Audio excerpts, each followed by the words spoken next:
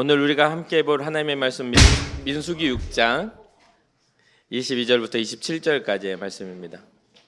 민수기 6장 22절부터 27절까지의 말씀. 부셔졌으면 하나 다시 샀을 텐데. 민수기 6장 22절부터 27절까지 말씀을 한 목소리로 합독하도록 하겠습니다.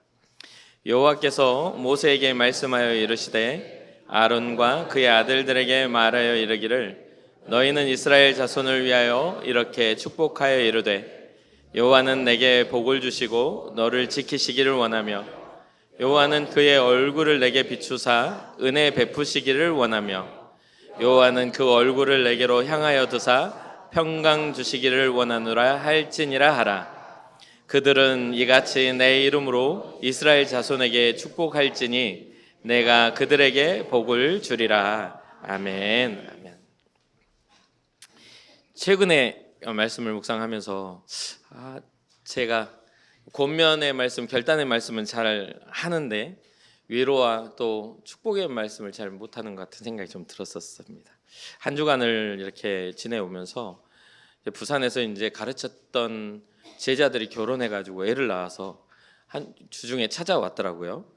근데 그 애를 낳아서 찾아왔는데 꼭 저같이 생긴 걸 낳아가지고 찾아와서 얼마나 귀여운지 보면서 야 진짜 너무 예쁘다 이런 생각을 막 하면서 마음속에서 이렇게 자꾸 이렇게 축복이 일어나는 것을 느꼈어요. 하나님이 우리에게 이러한 마음을 우리를 계속해서 복 주시길 원하시는 하나님의 마음이 깨달아지는 그런 시간이었습니다. 게다가 또 우리 교회 안에서도 이제 하반기에는 결혼 소식이 들려옵니다. 그런 결혼 소식이 이제 들려오면서 그 커플을 또 신방하면서 만났거든요.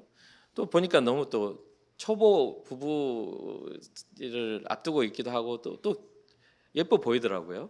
그리고 또 축복의 마음이 또 일어나요. 그래서 하나님이 7월 한 달을 복에 대한 이야기를 하나님의 그 마음에 대한 이야기를 좀 하라는 그런 강력한 그런 마음의 좀 감동이 특별히 막 부어주신 그런 은혜가 아니고 좀 복을 하나님의 마음을 좀 전하고 싶다라는 그런 생각들이 좀 들었습니다. 그래서 가장 기본적인 우리가 창세기, 출애굽기, 레위기, 민수기 하면서 성경이 시작되는 그 모세오경의 과정 속에 가장 하나님이 우리를 향해서 품으신 그 기본적인 마음을 우리가 이해하면 하나님에 대한 오해가 없겠다 이런 생각이 좀 들었습니다. 오해는 이해가 안 돼서 생기는 거죠. 이해가 안 되면 오해가 계속 따라옵니다. 그렇죠? 근데 이해하면 오해는 사라지겠다. 그래서 오늘 본문은 정말 유명한 아론의 축복 또는 제사장의 축복이라는 그런 주제를 가진 그런 하나님이 명령하신 축복에 대한 이야기를 하고 있습니다. 하나님이 오늘 본문에 보니까 여호와께서 모세에게 말씀하여 아론과 그의 아들들에게 말하라 이렇게 이야기합니다. 분명히 이스라엘 백성들의 과정 속에서 아론도 굉장히 큰 자리와 위치를 차지합니다. 대제사장의 위치를 차지하고 또 아론의 자손들도 그러한 제사장의 직분을 감당하는 그런 역할을 감당하죠. 그럼에도 불구하고 하나님이 아론에게 직접 말씀하시지 않고 모세를 통해서 말하라고 말합니다.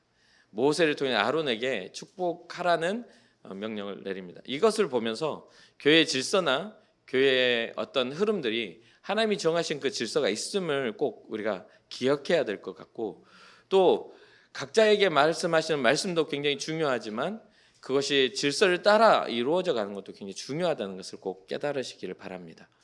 어쨌든 이제 이 말씀을 보기 전에 5장과 민수기 5장과 6장 이렇게 흐름 속에서 보면 민수기는 배 미드바르라는 그런 광야에서라는 그러한 원 제목을 가지고 있습니다. 그러니까 우리는 민수기는 이제 이스라엘 백성의 2차 인구 조사를 하는 과정에서 이 백성들의 수를 세는 그러한 과정이다 보니까 민수기로 우리가 이제 번역해서 하지만 원 제목은 광야에서라는 제목을 가지고 있어요. 그 뜻은 뭐냐면 이스라엘 백성들이 40년 동안 광야 생활을 하면서 그 안에서 이스라엘 백성들을 향하신 하나님의 그런 명령과 그 일들에 대한 이야기들을 모세오경을 통해서 이제 그 쭉 이렇게 기록을 하는데 특히 민수기를 통해서 이스라엘 백성들의 그런 모습들을 보면서 하나님이 법을 제정하시고 정결케 하시고 또 하나님 앞에 나오는 하나님의 심정과 하나님 앞에 나오는 것들을 말해주고 있는 거거든요. 특히 5장에서는 부정한 자들을 진영 밖으로 내보내는데 그 규례에 대해서 이야기를 하고, 또 부정하게 된 아내를 판별하는 의식이나, 또 하나님의 거룩한 임재 앞에서 백성들이 어떻게 정결함을 유지해야 되는지에 대한 이야기를 민수기 5장에서 다뤄줍니다. 민수기 6장에서는 나실인의 규례에 대한 이야기를 해요. 나실인은 하나님 앞에 거룩하게 구별된 자들에 대한 이야기거든요. 하나님 앞에 거룩하게 구별된 자들은 그 구별된 자신을 어떻게 주님 앞에 드려야 되는지, 삶의 방식을 어떻게 가져야 되는지를 그 방법을 제시해주고 있습니다.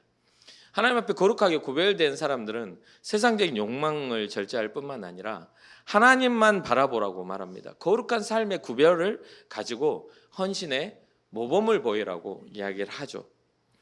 이러한 규례들은 단순히 율법적인 조항들을 쭉 나열해 놓는 것이 아닙니다. 이것은 거룩하신 하나님과 어떤 관계를 맺을 것인가, 하나님의 백성은 하나님과 어떠한 관계 안에 무엇을 조심해야 하고 무엇을 지켜야 하는가에 대한 이야기를 해주고 있는 것이죠. 살아가는 삶의 방향과 지침들을 이렇게 가르쳐 주는 내용이죠. 이러한 배경 속에서 우리는 하나님에 대해서 그런 어떤 엄격하고 지켜야 될 것들을 말씀하시는 그 하나님만을 생각할 것이 아니라, 오히려 오늘 본문을 통해서 하나님이 이스라엘 백성과 또 그 하나님을 믿고 살아가는 우리에게 어떠한 마음으로 우리를 축복하고 계시는지를 우리에게 분명하게 보여주는 오늘의 본문의 말씀입니다. 그러니 오늘 말씀을 우리가 함께 살펴보면서 여러분들의 마음 속에서도 하나님이 내게 이러한 복을 주시기 원한다는 믿음의 소망이 일어나기를 주님의 이름으로 축복합니다. 아론에게 말씀하신 것처럼 이렇게 축복하라 하신 그러한 축복이 오늘날 이 인천궁극교회 담임 목회자로서 이렇게 세워진 저의 입술을 통해서 동일한 아론의 축복과 같은 축복을 한 주간 동안 묵상하며 또 계속해서 여러분들에게 준비했다는 것을 기억해 주시고 오해하지 마시고 이해하는 신앙이 되시길 주님으로 축복합니다. 첫 번째는 그렇습니다. 첫 번째 24절이죠. 여호와는 내게 복을 주시고 너를 지키시기를 원한다, 이겁니다. 우리가 많이 오해하는 것들이 그렇습니다. 문제 앞에 직면하거나 또 어떤 상황 속에서 우리가 어려운 일을 당하면 하나님이 나를 사랑하시지 않나? 나는 왜 이렇게 고난을 당하지? 막 이런 생각들이 막 끊임없이 막 거품처럼 일어납니다. 그것은 저도 그런 것들을 경험해 본 적이 있어요. 그런데 오해하지 말아야 될 것은 하나님의 마음. 이 지금 이스라엘 백성이 이 말씀을 듣는 배경이 광야잖아요. 이 듣는 배경이 지금 현재 목마름이고 배고픔이고 정말 정처가 없이 떠돌아야 하는 이 상황 속인데, 이 아론에게 또 아들들에게 나의 마음을 선포하고 축복하라고 전하는 내용은 여호와는 내게 복을 주시고 너를 지키시기를 원한다입니다. 결국은 이스라엘 백성들이 애굽에서 이집트에서 종살이를 할 때 하나님이 약속한 땅을 회복하시게 하여 그 강력한 이집트의 군사력과 그런 어떤 체제 안에서 모세를 세우셔서 그것에서 끌어내시기까지 수많은 그러한 상황 속에 6월절에 어린 양의 피를 발라야만 했던 그런 과정, 또 그 가로막은 홍해를 건너야만 했던 그 시간들, 그리고 뜨거운 광야를 걸으며 그곳에서 만나와 또 메추라기와 물을 공급받아야만 했던, 불기둥과 구름기둥이 있어야만 살 수 있었던 그 모든 것 가운데는 하나님의 은혜가 있었음을 성경은 이야기해 줍니다. 그리고 그게 또 하나님의 마음이다라는 것이죠. 그럼 왜 그들은 광야에 머무르게 되었습니까? 왜 그들은 고난 가운데 걸어야만 했습니까? 그것은 바로 하나님이 약속한 땅 앞에서 그들이 품었던 하나님을 향한 원망과 또한 불신앙 때문에 그렇죠. 정탐을 하러 들어갔던 40일 동안의 시간이 결국 하루에 1년이라는 시간으로 계산되어 40년이라는 그런 광야 생활로 이게 하나님의 그런 징계로 돌아오게 되었다는 겁니다. 하나님은 가장 적절한 은혜와 복을 가지고 이끌어 가시지만 그 적절한 은혜와 복을 우리의 해석으로 해석하다 보니 하나님을 오해하게 되고, 이해하지 못하니까 오해하게 되고, 그 오해는 불신앙과 불순종으로 나타나 버리고 만다는 겁니다. 그러니 사랑하는 성도 여러분, 여러분들의 삶 앞에 어떠한 어려움이나 문제가 있을지라도 하나님의 약속하신 그 복이 바로 눈앞에 있는 것이 아니라 미래 우리에게 완벽하게 이루어 주실 하나님의 나라에 있음을 기억하고 실망하지 말고 주님의 복을 믿으며 주님의 돌보심, 지키심을 믿으며 믿음으로 걸어가시기를 주님의 이름으로 축복합니다. 7월 한 달을 시작하면서 온 가족 새벽 예배 때 제가 욥기 1장 10절 말씀을 제가 묵상을 했었습니다. 거기에 보면 하나님이 쳐놓은 울타리, 하나님의 돕는 손길, 이런 것들이 욥의 삶에서 그를 안전하게 할 뿐만 아니라 잘되게 하는 복과 은혜가 되었습니다. 그런데 그게 어떠한 또 이유가 되죠? 욥을 시험할 마귀의 시샘거리가 되었다는 것을 알게 됩니다.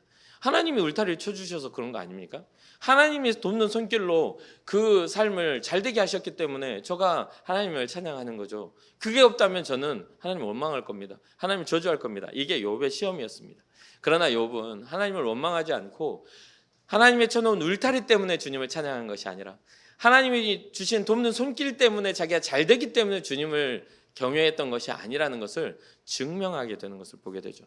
결국 하나님의 심정을 알았고 우리의 인생에 있어서 마주해야 할 그런 모든 역경과 어려움들은 그건 우리의 어떤 살아가야 할 삶의 저주와 같은 누구나가 경험해야 할, 우리는 우리의 길이 밝을 것처럼 보이지만 사실 인생의 길은 다 어두운 터널로 들어가는 겁니다. 그렇잖아요? 왜냐하면 밝은 빛으로 우리가 터널을 뚫고 이 땅에 왔지만 결국은 어두움의 죽음의 터널의 그림자 안으로 들어가는 것이 인생이 정해놓은 한 번 정하신 하나님의 법칙이라는 것이죠. 죽는 것은 사람에게 정하신 것이에요. 그 후에는 뭐가 있다고요? 심판이 있는 것이 하나님의 정하신 법입니다. 우리가 이 땅에 올 때는 빛을 보고 새로운 호흡으로 옵니다. 그러나 이 땅을 떠날 때는 그 빛에서 벗어나 어둠과 허락된 호흡이 끊어져야만 그러한 것들이 되는 것이죠. 그런데 하나님은 거기에 멈추지 않고 하나님의 나라, 하나님의 영원함, 우리를 창조하시고 아름다웠던 에덴의 때로 다시 돌리기를 원하십니다. 그때의 자녀로 창조하고 그 존귀하게 여겼던 그때로 그 죄로 인하여 상실했던 하나님의 자녀의 권세를 다시 회복하시기 위한 하나님의 계획이 우리로 하여금 예수 그리스도로 구원받을 수 있는 은혜와 복으로 이끌어 가신다는 것을 잊지 마시기를 바랍니다. 우리가 보면 이게 말씀을 묵상하면서 이 원어적인 의미들을 계속 살펴봅니다. 그런데 이제 복을 주신다라는 이러한 것들을 보면요, 복을 주다라는 것의 다른 의미가 뭐냐면 무릎을 꿇다라는 의미를 가집니다. 단순히 물질적인 풍요를 넘어서서 하나님께서 주도적으로 개입하시는 것, 그 주도적으로 개입한 그 대상이 은혜와 번영뿐만 아니라 생명과 복에 대한 온전한 개념을 가지고 세상을 살아가게 만드시는, 정말 우리가 어떤 단순한 기복적인 것을 넘어서서 우리의 본질이 하나님의 자녀로서의 회복되기를 원하시는, 하나님의 백성으로서 회복되기를 원하시는 하나님의 그런 은혜가 이 안에 있다는 것이죠. 그렇게 되기 위해서 우리는 우리의 힘으로 할 수 없는 것이기 때문에 하나님의 복을 온전한 성취를 위하여 우리를 지키시는 은혜까지를 원하신다는 겁니다. 이스라엘 백성은 각기 제 길로 갔다라고 평가를 받아요. 틈만 나면 정말 하나님을 버리고 하나님 앞에서의 그런 거역과 새로운 우상으로 이스라엘 백성들의 역사가 점철되는 것을 보게 됩니다. 그런데 하나님은 그러한 과정 속에서도 이스라엘 백성들의 무너짐 속에서도 지키시기를 원하신다. 보호하시기를 원하신다.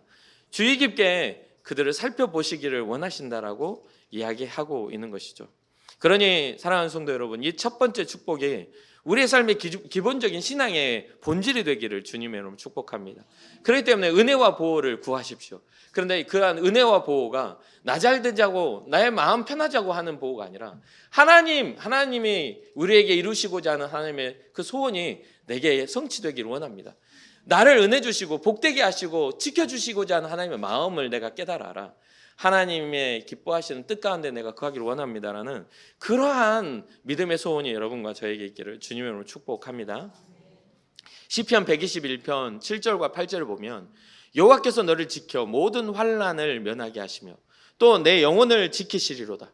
여호와께서 너의 출입을 지금부터 영혼까지 지키시리로다. 이렇게 고백합니다. 신명기 28장 3절부터 6절까지 보면 성읍에서도 복을 받고 들에서도 복을 받을 것이며 내 몸의 자녀와 내 토지의 소산과 내 짐승의 새끼와 소와 양의 새끼가 복을 받을 것이며 내 광주리와 떡 반죽 그릇이 복을 받을 것이며 내가 들어와도 복을 받고 나가도 복을 받을 것이니라. 이렇게 복을 받으려면 어떻게 돼야 합니까? 다른 거 없습니다. 주님의 자녀로서. 정말 그렇지 않아요? 자녀 키워보면 이번에도 보니까 꼬맹이가 있으니까요, 모든 어른이 걔만 보고 있어. 움직일 때마다 어디 모서리 안 찍힐까, 10개월밖에 안 돼 걷지도 못한 애가 뭔가 붙잡고 일어나려고 막 애를 쓰니까, 그러다가 막 뭐 하다가 갑자기 힘을 주니까 금방 알아채. 얘 똥 쌌네요. 그리고 데리고 나가더라고. 이게 뭐냐면 면밀히 지켜봐주는 것은 보호함을 받는 자에게 나타나는 현상입니다. 우리 하나님 우리를 그렇게 복을 주실 뿐만 아니라 지키시는 하나님으로 우리와 함께 하신 하나님이 될 때 우리는 모든 세상의 물결뿐만 아니라 악한 사탄 마귀의 괴계에서도 자유로워질 줄로 믿습니다. 그러니까 신명기 28장 3절에서 6절, 정말 이게 복에 어떻게 보면 나도 이렇게 복을 받고 싶다 할 만큼 성읍에서도 복을 받고 들에서도 복을 받고, 그러니까 가정에서든 직장에서든 우리가 어떤 곳에 거하든지 간에 복을 받는 그런 은혜와 복이 우리에게 가장 큰 복이라고 생각합니다. 그 어떠한 보호하심보다 위대하신 하나님의 보호가 우리의 삶을 따라간다면 우리는 그 어떠한 것에서 빼앗기지 않는 하나님의 사람으로서, 하나님 앞에 사랑받는 존재로서 우리가 안전에 거하게 될 줄로 믿습니다. 두 번째입니다. 25절입니다. 여호와는 그의 얼굴을 내게 비추사 은혜 베푸시기를 원하며. 얼굴을 비추신다는 게 무슨 뜻입니까? 이 비추다라는 것은 빛을 의미하잖아요. 그 얼굴을 내게 비추다라는 것은 하나님은 빛의 근원이십니다. 생명의 근원이십니다.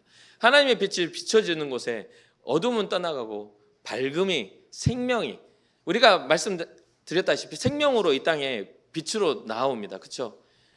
엄마 뱃속에서 터널을 지나 나옵니다. 그 다음에 우리의 인생이 끝나면 어디로 가요? 이제 터널, 깊은 어둠으로 다시 돌아가게 되죠. 그런데 하나님의 빛이 비춰주면 다시 우리에게 주어진 그 터널은 영원한 암흑이 아니라 새로운 빛의 터널이 될 것입니다. 이게 바로 성경이 말하고 있는 다시 오실 예수 그리스도로 인하여 얻는 믿는 자의 영광입니다. 그것이 바로 이 땅에 오신 빛으로 오신 예수 그리스도의 복음의 능력이기도 합니다. 그 빛으로 오신 예수님은 우리를 어둠으로 이끌어가는 죄의 권세를 멸하시고 성령의 생명의 법으로 우리를 구원의 빛으로 이끌어가시는 분임을 잊지 말아야 되는 것이죠. 주님의 얼굴빛이 우리에게 비춰질 때 우리는 주님의 은혜를 경험하게 됩니다. 이게 바로 주님의 얼굴빛은 어떻게 나타납니까? 바로 예수 그리스도라는 생명의 빛으로 우리에게 나타나죠. 예수 그리스도를 온전히 우리가 이해하게 될 때 우리는 우리에게 주어진 은혜가 무엇인지를 깨닫게 된다는 겁니다.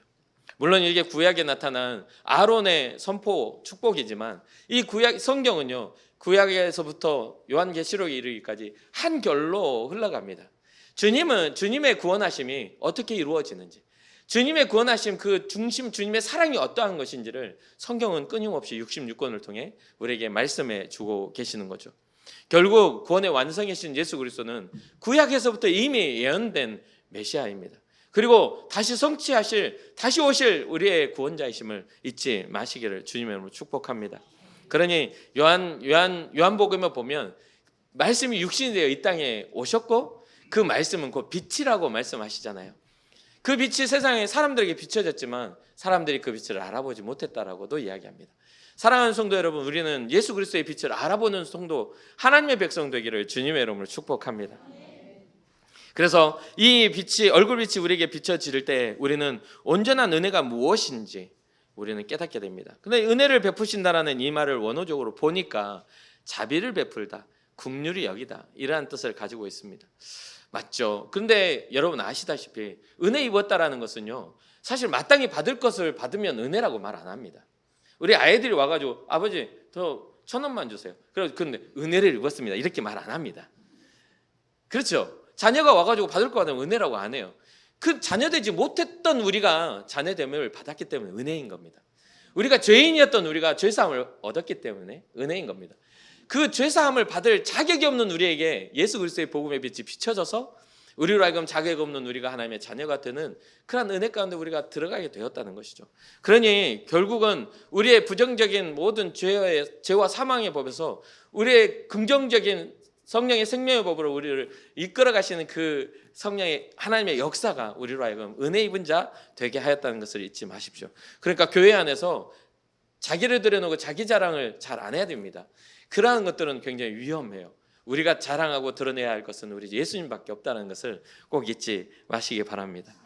시편 4편 6절에 보니까 여호와여 주의 얼굴을 들어 우리에게 비추소서. 주님의 얼굴빛이 우리에게 비춰질 때, 시편 80편 3절에 보면 하나님이 우리를 돌이키시고 주의 얼굴 광명을 비추사 우리가 구원을 얻게 하소서.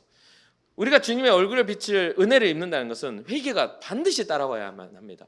우리가 돌이켜서 우리의 방향이 주님을 향할 때 그 주님을 이해할 수 있는 것이죠. 세상만 이해하고 세상만 바라보고 세상 방법을 가지면 절대 주님이 이해가 안 됩니다. 주님의 방법, 주님을 바라볼 때 주님을 이해할 수 있는 것이죠.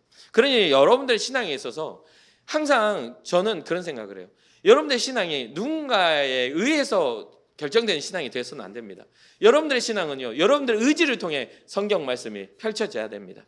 여러분들의 의지를 통해 주님 앞에 엎드려야 할 기도의 자리가 정해져야만 합니다. 그러니 어떤 목회자의 어떤 영적 리더십이나 이런 것 때문이 아닙니다. 모세가 능력 없어서 이스라엘 백성 40년 광야 생활한 게 아니잖아요. 그렇죠? 모세의 손에는 하나님의 지팡이가 들려 있었고, 모세의 그 손에 들린 하나님의 지팡이는 그 강한 이집트의 군대를 이겼고, 가로방은 홍해를 갈랐고, 또 불기둥과 구름기둥과 또 여러 가지의 사막과 같은 메마른 곳에 물이 나게 하는 하나님의 능력의 지팡이였습니다. 그런데 그런 지팡이를 들고 있어도요, 사람 마음을 결정하는 건 스스로의 결단입니다. 그러니까 여러분들의 심령이 누군가 어떤 신앙이 어떤 누군가의 무너짐 때문에, 누군가의 또 어떤 잘남 때문에 신앙이 됐다가 안 됐다 하는 그런 정도의 신앙이 돼서는 안 됩니다. 여러분들의 신앙은 여러분과 하나님과의 인격적인 관계 속에서 여러분들의 삶의 문제 앞에 마주했을 때 그 얼굴빛을 바라볼 수 있는 여러분들 영적인 눈이 열려지기를 주님의 이름으로 축복합니다. 꼭 어떤 감투를 썼기 때문에 그거에 따라서 움직여지는 신앙이 아닙니다.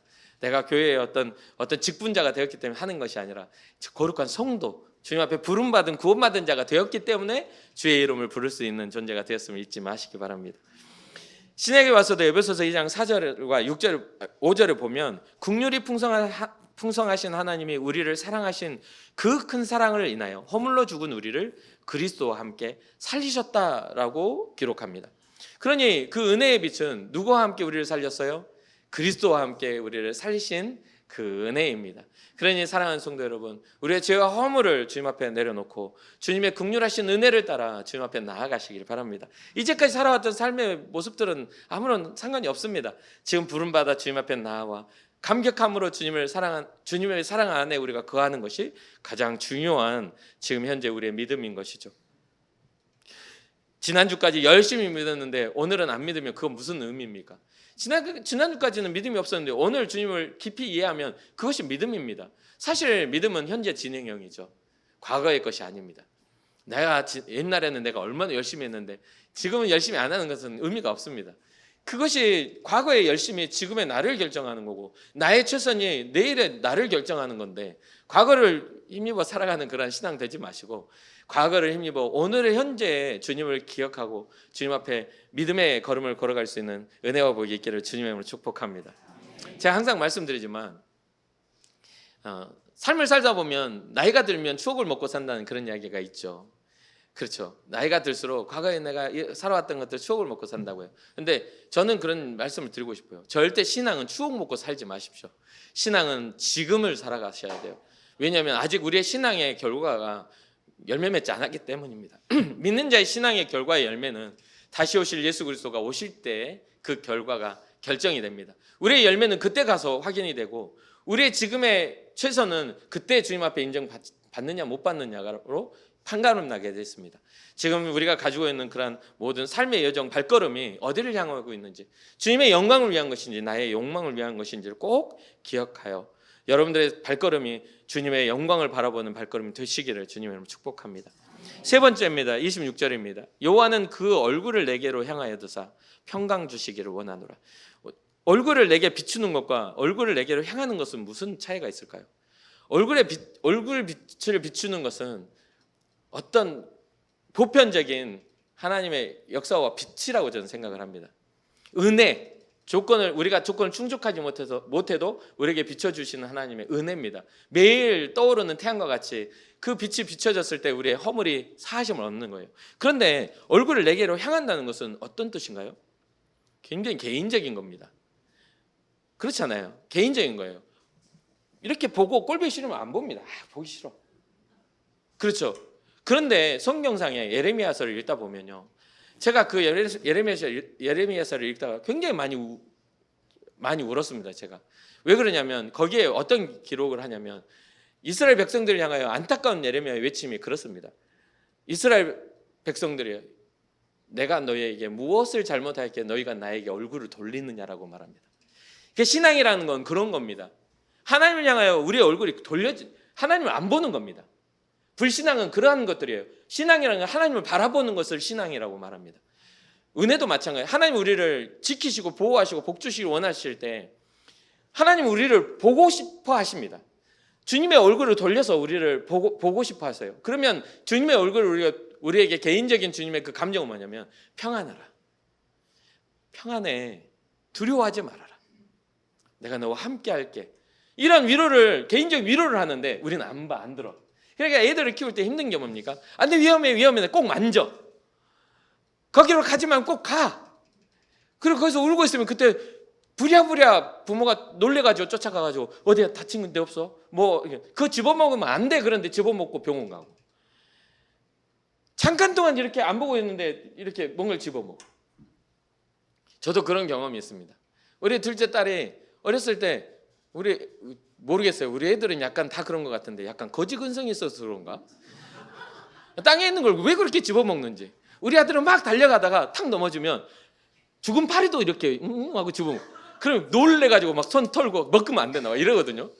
아무튼 그랬는데 우리 둘째 딸이 아주 꼬맹이 때 우리 아내랑 저랑 이제 신혼이니까 뭔가를 이렇게 밥 준비하고 저녁하고 있는데 우리 첫째랑 둘째가 이제 연년생이다 보니 첫째도 2살, 둘째는 1살 이 정도잖아요. 연년생이면. 근데 이제 기어다니고 있는 때였어요. 둘째가. 근데 갑자기 기어다니다가 앉아있다가 잘 서서 걷지도 못할 때인데 갑자기 첫째 애가 우리 둘째 딸을 등을 막 때리고 있는 거야. 2살짜리가 1살짜리를. 그러면 미워서 때린 줄 알잖아요. 이상하다? 그런 게 아닌 것 같아. 등을 이렇게 때리고 있는 거예요. 그래서 보니까 둘째가 숨을 못 쉬고 있는 거예요. 그래가지고 깜짝 놀래가지고 막 이제 알미도 하고 막 별짓 했는데 뭔가를 꿀꺽 삼킨 것 같아. 그래가지고 이제 숨이 쉬어지고 했는데 뭔가를 먹긴 먹었는데 뭔지를 모르잖아요. 우리가 위험한 걸 먹었으면 큰일 나잖아. 그래가지고 그때 초보 아빠 엄마니까 이제 사는 집도 막 이렇게 높은 산 위에 그 빌라의 꼭대기다 보니까 막 차들이 다 막혀서 안 되니까 그 아이를 잡고 들고서 병원까지 뛰어갔어. 둘이 택시도 못 올라오는 곳이어가지고 막 뛰어갔어요. 막 병원을 진짜 한참 동안 뛰어가서 땀 뻘뻘 흘리고 얘가 뭘 삼킨 것 같은 뭔지 모르겠다고 사진을 막 찍었거든요. 그러니까 안에 이렇게 나오더라고. 뭐를 이렇게 꿀꺽 삼킨 게 뭔지는 안 가르쳐 줄래요. 궁금하죠. 그래 꿀꺽 삼켜가지고 그게 위장에 이렇게 엑스레이에 이렇게 보여. 그래 이걸 어떻게 하냐고 그랬더니 다 변으로 나오니까 걱정하지 말라고 그런 이야기를 했는데 나중에 보니까 변 볼 때마다 그걸 찾고 있는 거야. 우리 둘이서 나와 있더라고요. 그러니까 뭐냐면 우리의 어떤 모습은 하나님 앞에 그런 존재예요. 죄라는 건 그런 겁니다. 먹지 말아야 할 걸 삼키는 거야. 우리가 다 감당하지 못할 욕망을 품는 것이고 하지 않아야 할 그것을 하게 되는 거예요. 그런데 그때 우리 주님이 우리에게 고개를 돌리고 너 뭐 먹었어? 너 뭐 삼켰어? 숨 쉬지 못한 우리에게 오셔서 알미를 하는 거지. 그래가지고 그것이 삼켜지든지 아니면 바로 배출되든지 하는 것이 바로 죄입니다. 우리를 돌보시고 우리를 안전하게 하시는 하나님의 그 손길, 그러니까 개인적인 그런 삶의 손길. 은혜의 해가 비춰지는 거야. 얼굴 빛을 비춰주시는 거야. 이스라엘 백성의 모든 것이 하지만 하나님은 거기서 더 나아가 우리의 연약함도 돌보시고자 하는 하나님의 그 마음을 이해하셔야 돼요. 아버지의 마음을 이해하면 우리는 오해하지 않게 된다는 겁니다. 어려움과 고난 앞에 설지라도 우리의 결과가 깊은 터널로 가려고 하는 그런 우리의 인생의 결과가 있다 할지라도 그 터널 끝에 하나님의 영광, 하나님의 구원하심이 있다는 것을 예수님을 통해서 우리에게 가르쳐 주신 거죠. 사랑하는 성도 여러분, 전반적인 은혜뿐만 아니라 개인적인 하나님과의 깊은 교제가 있기를 주님의 이름으로 축복합니다. 우리 하나님은 우리에게 얼굴을 향하기를 원하시는 분이고 우리가 평안하기를 원하시는 분이라는 겁니다. 우리는 매번 어떤 문제 앞에서 발발발 떠는 존재잖아요. 작은 존재예요. 별거 아닌 것으로도요. 그렇죠? 지금 우리가 담대하게 말하는 것처럼 보여도요. 제가 목사로서 여러분들 앞에서 당당하게 말하는 것처럼 보여도 제 앞에 제가 감당하지 못할 가정의 시험이나 어떤 삶의 시험이 왔을 때 저도 똑같이 떨 수밖에 없는 존재 아닙니까? 건강에 문제가 오거나 아니면 가정에 큰 문제가 오거나 여러 가지 생각지 못했던 문제 앞에 서게 되면 동일합니다. 엎드려 기도해야 하고 몸부림쳐야 하고 통곡과 눈물로 주님 앞에 나아갈 수밖에 없는 존재죠. 수단과 방법을 가리지 않고 그거 지켜내고 보호하기 위해서 몸부림치겠죠. 이러한 상황 속에 우리 주님이 오셔서 우리에게 말씀하십니다. 평안하라. 내가 너와 함께 할게 라고 하시는 거죠. 이사야서 26장 3절을 보니까 주께서 심지가 견고한 자를 평강하도록 지키시리니 이는 그가 주를 의뢰함이니이다. 우리의 고든 심지는 주님을 의뢰하며 사용돼야 됩니다. 아주 그냥 옹고집만 생겨가지고 막 안 들려 못 들어 하는 이렇게 해가지고 막 문제를 일으키는 존재가 아니라 우리의 심지가 견고하다는 것은 세상에 어떤 물결도 주님의 사랑에서 우리를 뺏어갈 수 없다라는 로마서 8장의 그런 믿음의 고백이 우리를 견고하게 만들어야 되는데 괜히 쓸데없이 아주 욕심과 완고함으로 아주 고집스러움으로 막 이렇게 견고해지라는 이야기가 아닙니다. 하나님을 의뢰하며 견고해지시기를 주님의 이름으로 축복합니다. 그러면 평강하도록 주님께서 지켜주신대요. 요한복음 14장 27절 예수님께서 직접 말씀하시죠. 평안을 너희에게 끼치노니 곧 나의 평안을 너희에게 주노라. 내가 너희에게 주는 것은 세상이 주는 것과 같지 아니하니라. 너희는 마음에 근심하지도 말고 두려워하지도 말라. 주님이 우리를 위해 십자가를 지셨을 때 우리의 그 두려움, 죽음 앞에 두려움, 삶의 어려움 앞에 두려움을 다 해결하실 때 모든 병든 자들의 치료자가 되셨고 소외된 자들의 친구가 되셨고 가난한 자들의 부요함이 되셨던 주님이 우리에게도 오늘날 동일하게 말씀하십니다. 평안하라고. 주님이 우리를 위해 세상을 이기셨으니 담대하라고 말씀해 주시는 거죠. 우리에게 평안을 끼쳐주시는 주님의 그 말씀에 우리의 마음의 근심이 다 해결되기를 주님의 이름으로 축복합니다. 빌립보서 4장 7절을 보면 그리하면 모든 지각에 뛰어난 하나님의 평강이 그리스도 예수 안에서 너희 마음과 생각을 지키시리라. 정말 우리가 지켜야 될 것은 우리의 마음과 생각입니다. 근데 정말 지키기 어렵죠. 마음과 생각이 무너지면요 말도 이상하게 나옵니다. 그렇죠. 막 혼란해. 이게 혼란스러워져요. 그런데 모든 지각, 모든 지혜에 뛰어난 하나님의 그 평안함은요 우리의 생각과 마음을 지켜주신대요. 의뢰하고 주님 앞에서 그러한 은혜가 있기를 주님의 이름으로 축복합니다. 마지막으로 이제 그렇게 하면서 이게 어떤 일이죠? 그들은 이같이 내 이름으로 이스라엘 자손에게 축복할지니 우리의 가진 것으로 하는 게 아닙니다. 이러한 어떤 설교나 이런 것도요 박대성 목사가 가진 게 아닙니다. 이건 모두 하나님으로부터 비롯된 평강과 축복입니다. 주님의 이름으로 되어져야 할 일입니다. 예수 그리스도의 복음의 능력으로 되어져야 하고 하나님의 영화로우신 그 하나님의 이름으로 되어져야만 합니다. 그러니 사랑하는 성도 여러분, 주님의 이름 앞에 우리의 이름을 앞세우지 않아야 되겠죠. 아론의 이름이 아닙니다. 아론의 자녀들의 이름이 아니에요. 모세의 이름도 아닙니다. 여호와의 이름으로 되어지는 축복입니다. 그러니까 주님의 이름으로 되어지는 축복 가운데 우리가 자유함을 누리고 하나님의 기쁘시게 할 수 있는 그런 은혜와 복이 있기를 원합니다. 그리고 여러분들에게 또 도전하는 것은 여러분들이 왕같은 제사장으로 주님 앞에 예수 그리스도로 인하여 새 생명을 얻은 그런 구원받은 왕같은 제사장으로 세워지지 않았습니까? 이전에는 제사장의 구약에는 제사장의 권위와 제사장만이 지성소에 들어갈 수 있었지만 그 예수 그리스도의 피값으로 인하여 제사장만 들어갈 수 있었던 지성소가 그 휘장이 갈라짐으로 인해서 우리가 모두가 이렇게 한 예배 안에서 주님을 맞이할 수 있게 되었죠. 그러니 여러분들의 삶에서 여러분들의 가정이 거룩한 제사장과 같이 여러분들의 입술을 통해 복음의 축복이 일어나길 바랍니다. 그래서 자녀들에게 하나님이 너를 복주시길 원하며 하나님이 너를 지키시길 원한단다. 하나님의 얼굴빛을 너에게 비춰주기를 원하며 자격 없는 너에게 구원을 주시기를 원한단다.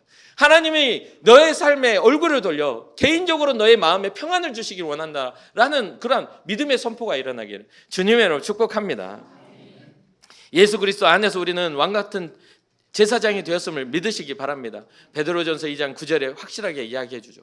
우리는 서로를 향해 그리고 믿지 않는 영혼들을 향해 이 축복의 말씀이 우리 마음 가운데, 우리 입술 가운데 있어야 됩니다. 이렇게 축복할 때에 하나님이 친히 그들의 삶에 찾아가셔서 복의 근원 되신 하나님의 역사가 나타날 줄 믿습니다. 그래서 수요 예배 때 제가 항상 고백하죠. 이 옆 사람과 인사합시다 하면서 한 말이, 주일 때는 제가 안 합니다. 이게 도입이 너무 길어지면 예배가 길어지니까.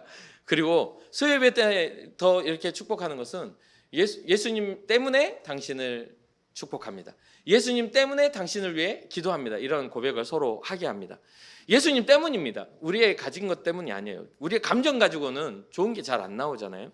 매번 섭섭한 일이 나오고 말 한마디로도 섭섭해서 승질이 바짝 오르는 게 우리의 인간성 아닙니까? 그런데 예수 그리스도의 십자가를 붙잡은 사람들은 분명하게 그것을 전해줄 수가 있습니다. 예수님 때문에 우리는 축복하게 되는 것이죠. 그러니 사랑하는 성도 여러분, 이렇게 축복하시기 바랍니다. 이렇게 축복하라 하는 아론의 축복처럼 이러한 축복을 가지고 주변의 가정과 일터와 하나님의 형상들을 축복하시기 바랍니다.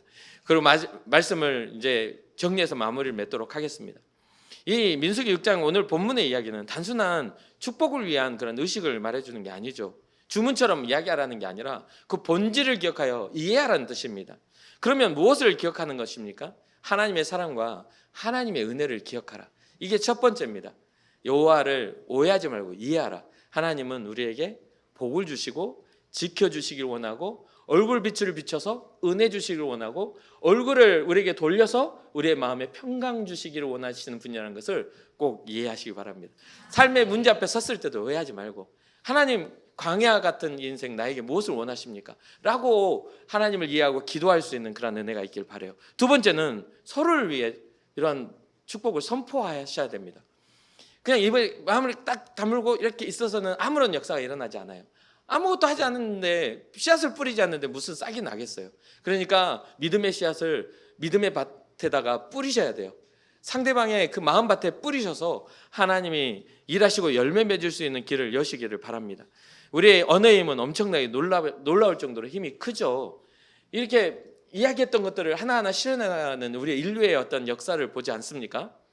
뭐 어렸을 때 공상과학 소설 막 저도 이제 어렸을 때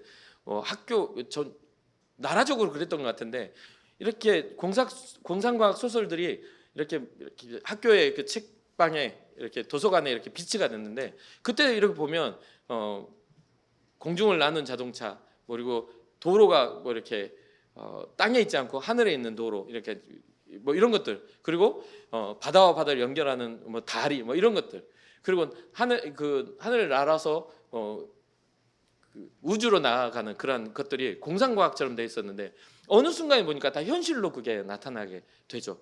그러니까 그런 부분들의 말의 언어가 가진 힘은 엄청나게 큽니다. 근데 그거 사람이 가진 언어도 이렇게 능력이 있는데 하나님의 말씀, 살았고 운동력이 있어 창조의 섭리를 가진 놀라우신 하나님의 역사의 그 말씀은 얼마나 큰 역사와 능력이 있겠냐 이 말입니다.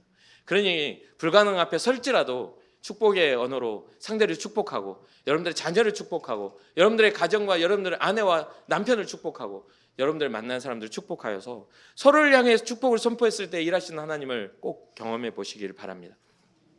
그리고 우리가 궁극적으로 하나님 우리 원하시는 하나님의 우리에게 허락하신 참된 평강을 여러분 소유하시길 바랍니다. 예수 그리스도 이 땅에 오셔서 우리로 하여금 잘 먹고 잘 살고 뭐 사업하면 기도하면 막 사업 잘 되고 이런 거 성취하려고 이 땅에 오신 분이 아닙니다. 주님의 그 이 땅에 오심은 결국 우리의 영원히 평안한 우리의 영원한 그런 평안이 되시는 평화의 왕으로 이 땅에 오신 분임을 기억하고 우리가 바라보는 것이 물질적인 성공이나 명예나 권력 이러한 것들을 복이라고 꼭 여기지 마시고 우리가 어떤 물질이나 명예나 권력이 뭔가 회사 안의 승진이나 이런 것들이 예수 믿는 자의 그런 복이라고 여기지 마시고 왜냐하면 예수 안 믿는 사람이 훨씬 잘 되는 것이 세상 법칙이잖아요. 여러분 주변 보세요. 교회 다녀도 그 회사에서 타협 잘하고 같이 부어라 마셔라 로비 잘하는 사람들이 더 진급 잘합니다. 오히려 믿음 가지고 하려고 하면 너는 사회생활 못하는구나 이런 소리나 듣죠. 그런데 그러한 것들을 우리에게 가르쳐 주시려고 우리 주님이 오신 게 아니라 진정한 하나님 앞에서 참된 복이 무엇인지를 알게 하시려고 오신 것이니 세상의 유혹에 흔들리지 말고 하나님만이 주실 수 있는 참된 복 안에서 진정한 구원과 평안을 누리시기를 주님의 이름으로 축복합니다. 하나님은 우리에게 복을 주시고 우리를 지키시고 우리에게 얼굴을 비추사 은혜를 주시기를 원하시고 우리에게 얼굴을 돌려 우리를 바라보시사 우리에게 평강 주시기 원하시는 분이라는 걸 꼭 잊지 말고 한 주간 또 새롭게 주어지는 한 주 속에 여러분의 삶이 평안하기를 주님으로 축복합니다. 잠시 기도하겠습니다.